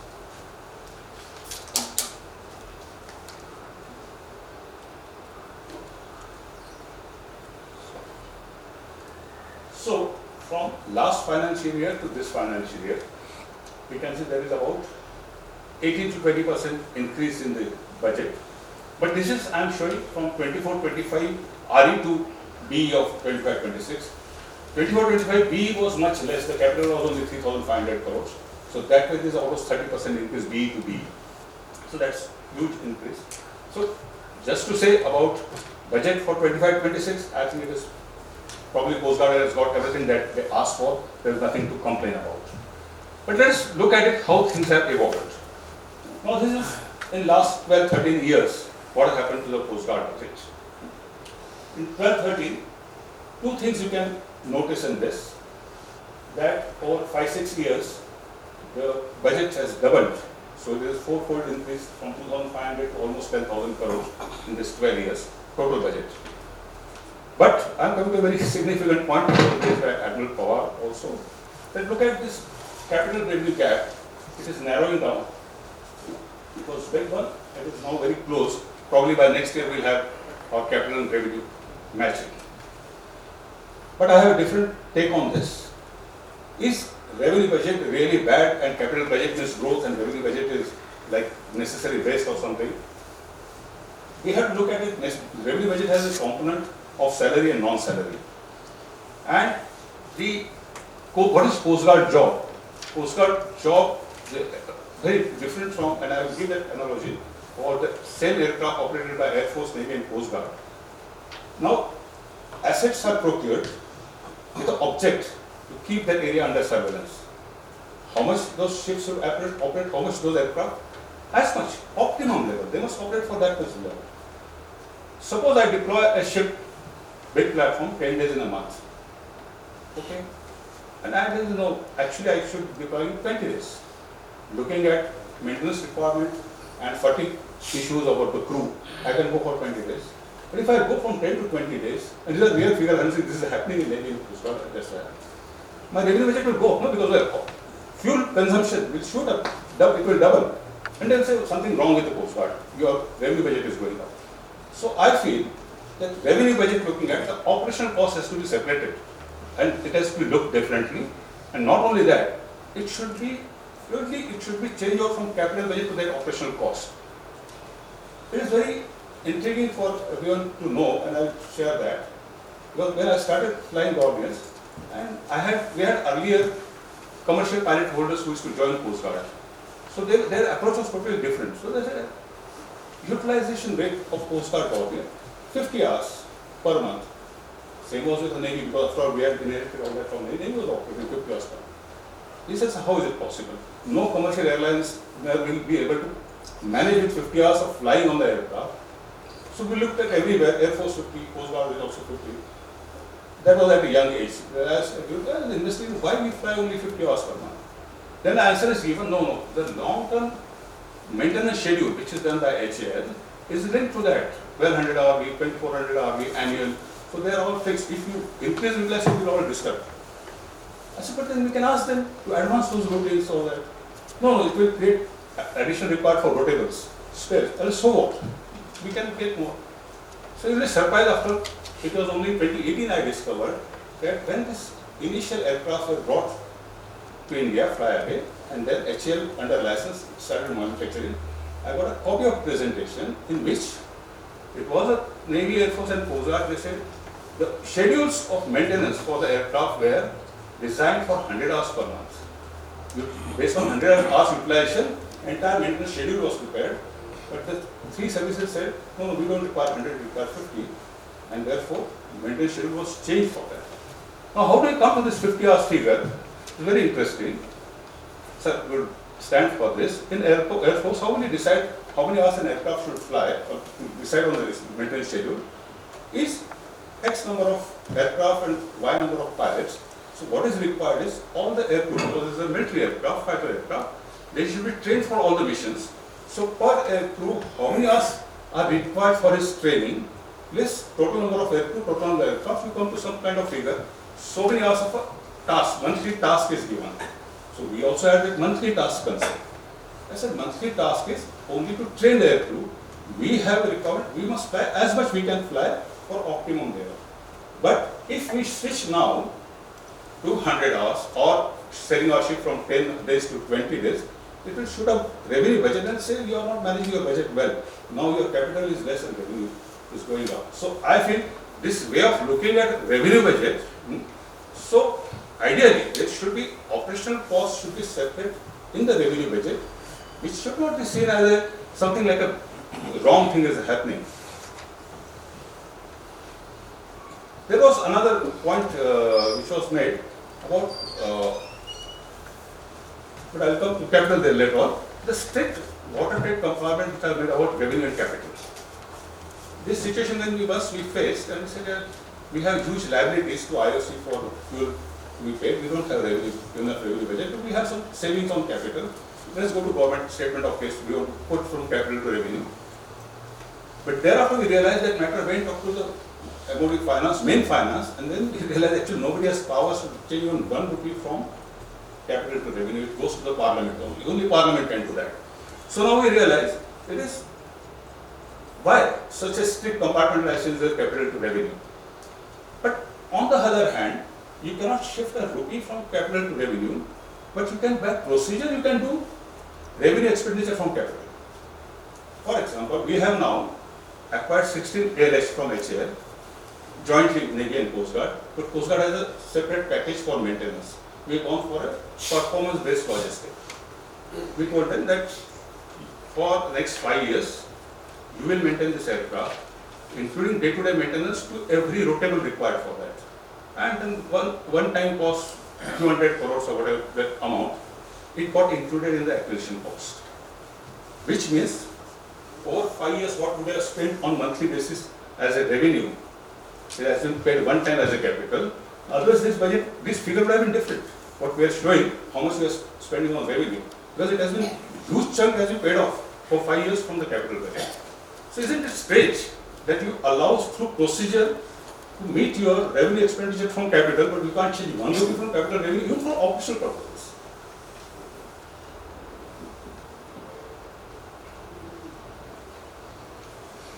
Sir mentioned about surrender of, not surrender, essentially committed liabilities, what is allocated is less than committed liabilities. This for new acquisition there is no scope. But sir, I can share with you, committed liabilities you have to mention. Because I was handling for about 5 years this matter and interacting with all the services. What happens is you sign a contract, there is a cash outgo decided as per the contract. So you have signed 3-4 contracts. In 25-26 as per contract, X amount monthly wise is to cash outgo for that concerned shipyard or HL or anyone. But in reality, you know what's happening. If you keep your ears to the ground, actually work is not happening at that pace. Everybody is worried about at the end of the financial year, if there is surrender, there is a big flag from the ministry. And when you know actually the committed liability, you have to write that, but you know that is not going to outgo. So you keep part of that to meet your new requirements. You can do from committed to, at least Coast Guard would do. I am not sure about services, but this separation, even from the budgeting head, 19 for civil and 21 for the services, there was a time when we realized we cannot shift capital to revenue. But in capital itself, when we ran short for the committed liabilities, we approached Navy. Navy had some money to be surrendered. So then we were looking for whether Air Force can utilize that or not. So can you give us, our requirement is so small compared to the overall requirement. But I said, no, you cannot, because the heads are different. You cannot change from 21 to 19. So that is strange. Under Ministry of Defence system, there is such a tight water grade separation between the budget heads, the revenue capital, as well as capital to capital between services also.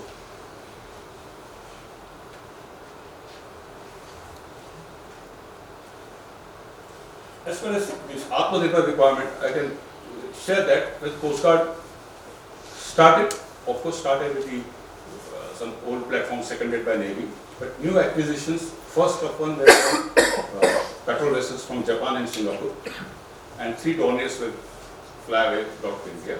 But since then, every single ship is constructed in India, and very interesting development I can share, that it started with public sector by nomination, then public sector competition between public sector, but big change happened between 14-15 onwards, even a couple of years earlier than that, where private yards were allowed to compete with the public shipyards, and there was huge price discovery in that, which already phenomenally moderated the further contracts which are given to the public shipyards. So I can say that capital budget utilization improved in a huge way because of entry of the private sector giving competition, same quality and timeline, and in their case, at least committed liabilities, there was no slippage at all. In fact, some of our boats were delivered before time, we were unable to take them. This was about the ships. About aircraft, the first batch we got it from UK, but now under MEC category, contract with this Goa shipyard, they are making it, and I understand about 60% of indigenous content. But then the indigenous content part is which states, for example, the wages of the all employees of the HL or be it HL or be it shipyard, they are part of the cost which is in indigenous. So tomorrow there is a pay revision, actually indigenous content goes up. So which practical, you know what is actually happening. There are no components being manufactured in India or something like that. But unlike Navy, we do not have a R&D and innovation department with Coast Guard. What we do is look for the indigenous substitutions. So we advertise what are we needing in future, and everything is contracted, Indian shipyards or HL, and those components which are needed to look for Indian substitution. That is what.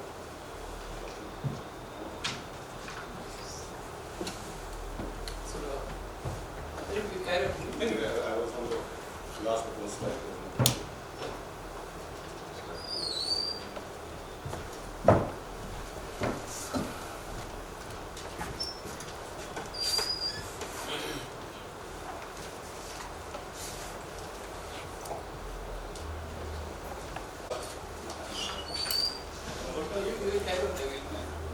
I would say the budget allocation for Coast Guard, it has been consistently supported by MOD as per the long-term plan and capital asset requirement.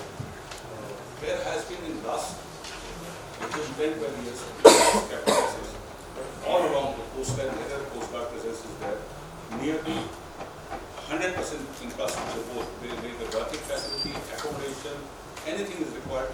All those things are created in the last 10 years all on the coastline, supporting our ships and aircraft operations.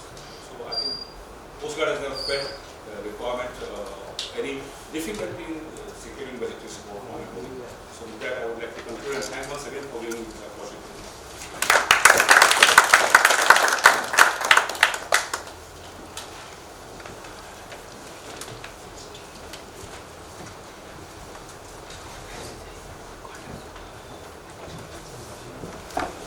The last speaker that we have today is Shri Dhiraj, who is the Joint Director of National Academy of Defence Finance Management. He has a bachelor's degree in mechanical engineering with honors from BITS Pilani, and he's been with the Indian Defence Account Service since 2014. He has a work experience in handling the pay and accounts of Armored Corps Regimental Center and Mechanized Infantry Regimental Center. He has served as an integrated financial advisor with CAT A and B establishments of the Army located in Ahmednagar and Aurangabad stations.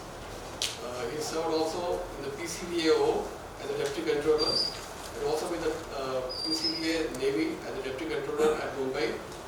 He has been with the UN mission in Lebanon, and he's been a faculty here at the NADFM, and he's visited a number of countries including Lebanon, Switzerland, France, Italy, Greece and Canada as a part of his job. So over to Joint Director. We can carry on without the slides. Or we can wait in case. Very good afternoon to all the dignitaries present, Director Gas, all the senior panelists, distinguished panelist members, and all the officers. I'm sure all of you must be quite tired by now. It has been a long session, and now that I don't have the presentation, I will try to make some use of the board and keep it brief. We'll just discuss a few statistics. I'll keep it. Atmanirbhar Bharat has been covered adequately and very well by very competent people here who have dealt day in, day out. So I'll keep it limited to finance. So the thing is, first most important thing to understand, our GDP is somewhere around 324 lakh crore and our expenditure is somewhere around 50 lakh crore.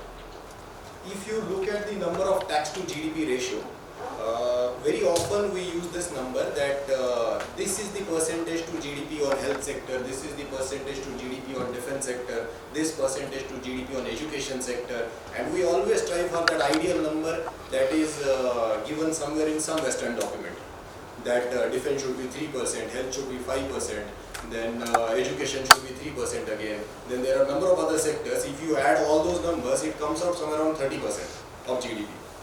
Why? Because this 30%, this golden figure, is the approx average of the all developed countries' tax to GDP ratio. It suits them. In our case, even if we have reasonable GDP by now, our tax to GDP ratio still remains around 11.6%. So going by the GDP figure and its percentage could be very misleading and could never result in actual budget planning properly. So just to repeat it, we have 11% of GDP as revenue. So government of India has only that chunk or has to borrow. Our expenditure still goes around 16-17% of the GDP. That's mainly due to borrowings. And coming to the number of defense expenditure that we have, strictly going by technical definition, it is 4,91,000 crore as defined in our own documents. But if you go by CPRI data, just like sir pointed out about China, that there are many other numbers that they like to hide and all. This being academic discussion, so we can be candid about it. Similar is true about us in the opinion of CPRI. I won't say whether I agree with or not. CPRI still shows our defense expenditure as 2.4% of GDP. They include in it other CAPF, CRPF, all those things, even the pension, and even our own estimate is 6,81,000 crore. So the whole topic is again about how much is the pie available, and out of that how much can you take out what could be the reforms possible, where can you minimize certain expenditure, and how can you prioritize better. That is the number one issue. Number two is our ability to spend. Sir pointed out very rightly, many speakers pointed out that last year budget estimate was somewhere around 1,72,000 crore for capital expenditure. And this year it has risen only to 180, so the difference of 8. But it is slightly misleading, sir. The budget allocation for capital last year was 172, but revised estimates when they came, it was 159, only because we could not spend. And now from that 159 is our actual base, from where we have to see. We have again tried to rise it to 180, but some fruit out of it will come only if we are actually able to spend that 180. We can always aspire for more and all, but first we'll have to develop the capability to spend and use it meaningfully. Without that, any extra allocation is futile. There will be allocation and there will be surrender. And as in government accounting, everyone knows money doesn't come and go. It is allocated. If it is not used, it just goes unutilized. It's not like that is money lying for next year. So, second reform that we might have to see is our ability to spend. It could be procedural reform, it could be planning reform, it could be better prioritization. When we prepare our PPP plans, priority procurement plans that we have, both for capital and revenue, we'll have to be far more conscious about what we can actually do and what is actually useful to us. If that doesn't happen, again similar situation will happen. We'll allocate something and we won't be able to spend that. Obviously, the geopolitical scenario is changing in such a way that we live in a very difficult neighborhood. So immediate priority is obviously addressing that challenge. But all the Vishwamitra, Vishwaguru talk, we have to address our national interest all over the world. Whether it is sea lanes in South China Sea, or now opening Arctic sea lanes, or even the Atlantic part that everybody is fighting, US wants Greenland and all that.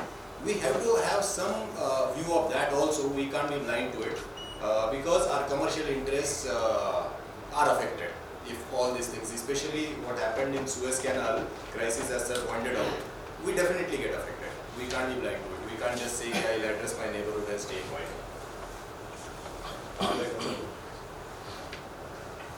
Just I could get another minute, I could show the same numbers. So that the first challenge was our ability to spend. Second was the available pie and how to go about it. The solutions could lie in reforms, both in terms of tax reforms, where we'll have to broaden the base. Currently, what is happening is India is effectively taxing 1% population. That is all. That is all of us. By the way, all the salaried class is the one who is paying taxes mainly. The broadening of tax base is extremely important, and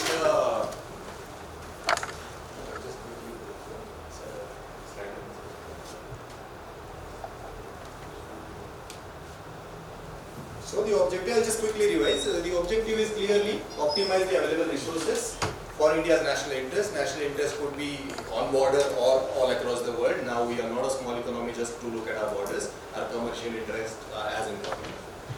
These are the numbers I just discussed. The GDP is 324, our receipt is just 34, but still expenditure is 50, and out of that 50 we are spending 6.81 as official figure on defense. And tax to GDP ratio is quite low. In Europe it is 40%. Even if you talk about China, 20% of GDP they get as taxes. They obviously have a much larger. We only talk about 5% bigger economy. That is not the only point. When they have 20% tax to GDP ratio, they have 10 times more resources than us, not even 5 times. So that challenge is there. Even USA has 27.7% tax to GDP, so much richer than us.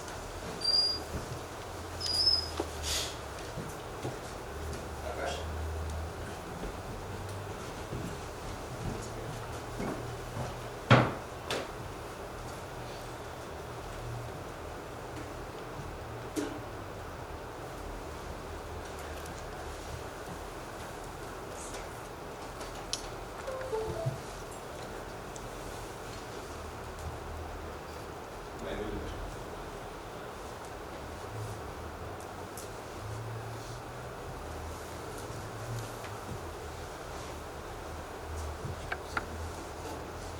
back to the ratios of revenue expenditure, it is decreasing, but very marginally.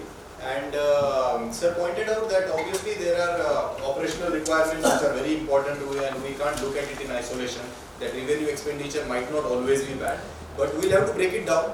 There are revenue expenditures that can be reduced, sir, and it has to be reduced because availability is only that much. If we need more fighter aircrafts, if we need more ships, the money cannot come from thin air. It will have to come from somewhere. So this is the way we try to break down the revenue expenditure and see where it can be optimized, where it can be reduced, if only necessary. So the ideal ratio, usually they say we should, in short term, we should aspire for 40% at least in capital expenditure. This is pointing out the salary expenditure towards salary. You could see the trend that it is decreasing. It's a, fiscally speaking, it's a good thing.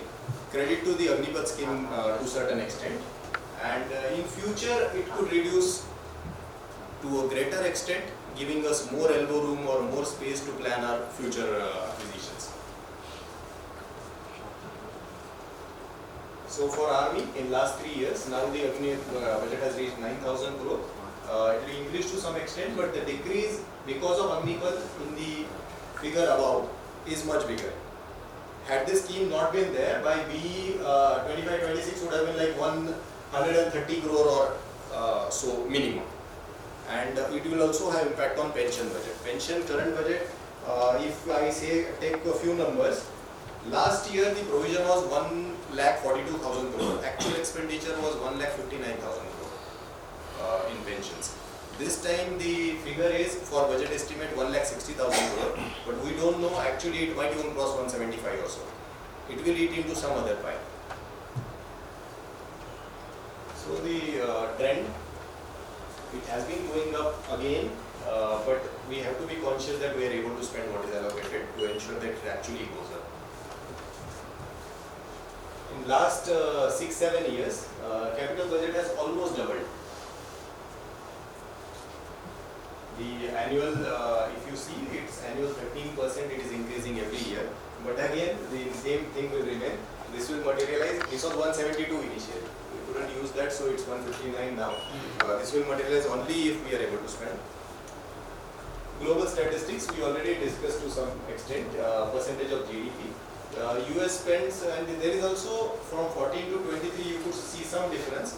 Look at certain nations who are at war or who might be seeing a war in near future. Their expenditure is rising, and for certain other countries, including India, our expenditure has marginally reduced from 2.5% of GDP to 2.4% of GDP. Again, the figures from C3.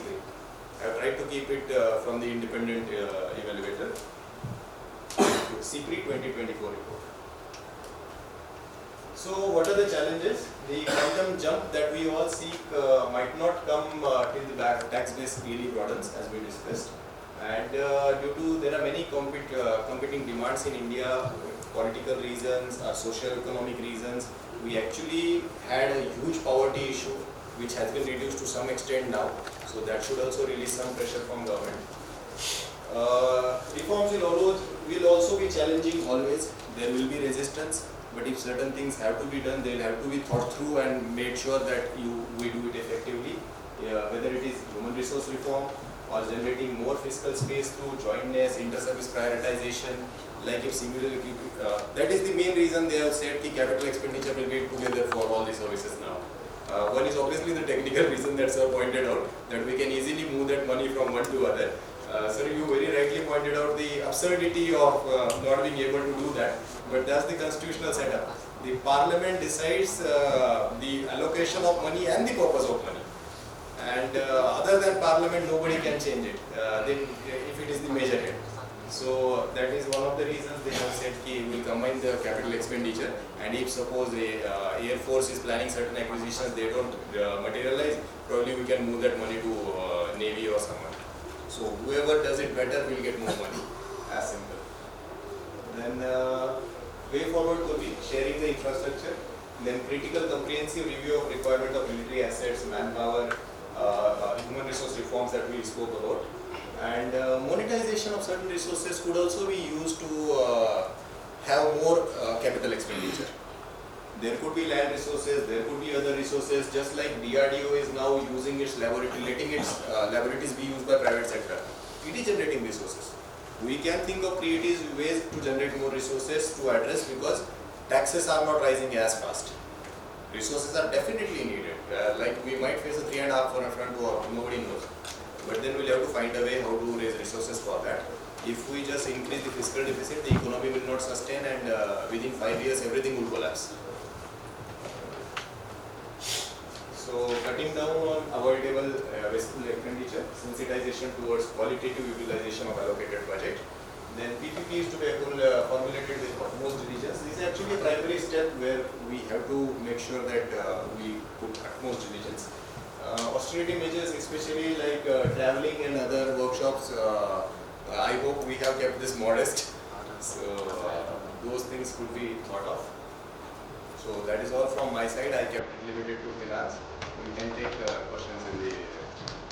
Thank you very much.